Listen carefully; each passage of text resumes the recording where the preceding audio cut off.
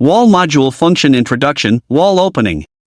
Note, when using beam editing functions, beam lines must be placed on either the wall or wall BR layer. Open hole in walls. This command is used to automatically create openings in walls. Click the Open Hole in Walls function. Enter the width of the hole. Choose whether to draw a coupling beam. Enter the hole name and text height. Insertion method, choose center insertion or enter the distance from the hole center to the axis. After all parameters are set, click OK. Left-click on one edge of the shear wall where the hole is required. Open hole in walls completed. Delete hole.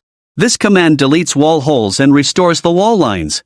Click the Delete Hole function. Select the hole to delete. Hole deletion completed. Move hole. This command is used to move an hole that has already been placed in a wall.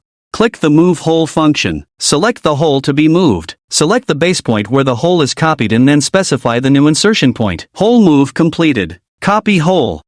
This command is used to copy an existing wall opening to a new location.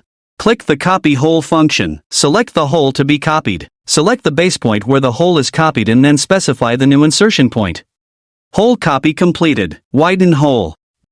This command is used to modify the width of an existing wall hole. Click the Widen Hole function. Select the hole to change the width. Enter a new opening width. The hole will be enlarged or reduced with its center as the base point. Wall lines will automatically adjust accordingly. Hole width modification completed. Widen hole on one side.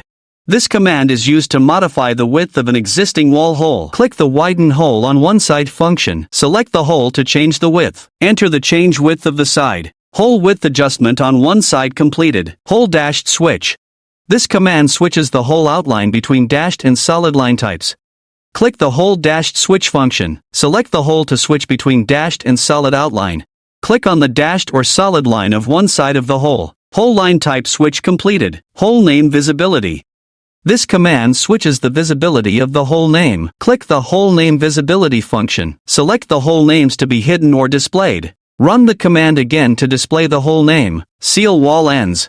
This command automatically caps the unclosed ends of shear walls.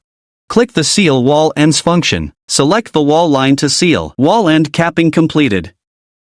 Thanks for watching. Best for all Explorer software.